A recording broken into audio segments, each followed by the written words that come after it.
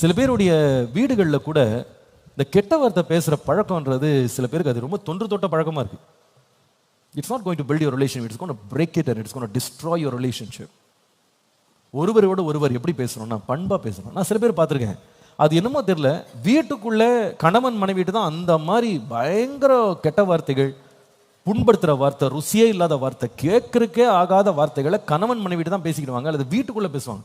ஆனால் இதே ஆள் வீட்டை விட்டு வெளியே வேற ஒரு விருந்தினத்தை வேற ஒரு அயலான்ட்ட பேசும்போது அவங்கள பார்க்கணுமே, ஐயோ இந்த பூனையும் பால் குடிக்குமான்னு அந்த அளவுக்கு அப்படியே ஆளே வேற மாதிரி டிகிரியில் பேசுவாங்க.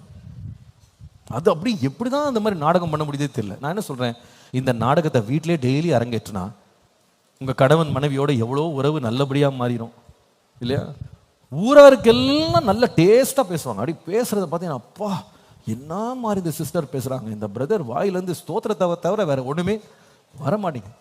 ரெண்டு சென்டென்ஸ் நடுவில் ஸ்தோத்திரன்றது சும்மா ஃப்ரீயாக வந்துகிட்டே இருக்கும். ஸ்தோத்திரம் ஸ்தோத்திரம் ஸ்தோத்திரம் எல்லாத்துக்கும் வந்துகிட்டே இருக்கும். வீட்டில் போனால் ஒரே ஆத்திரம் இல்லையா?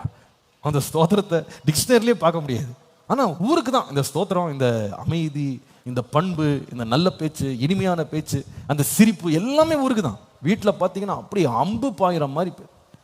நான் சொல்லுவேன், அப்படி இல்லை, உப்பினால் சாரம் ஏற்று பேசும்.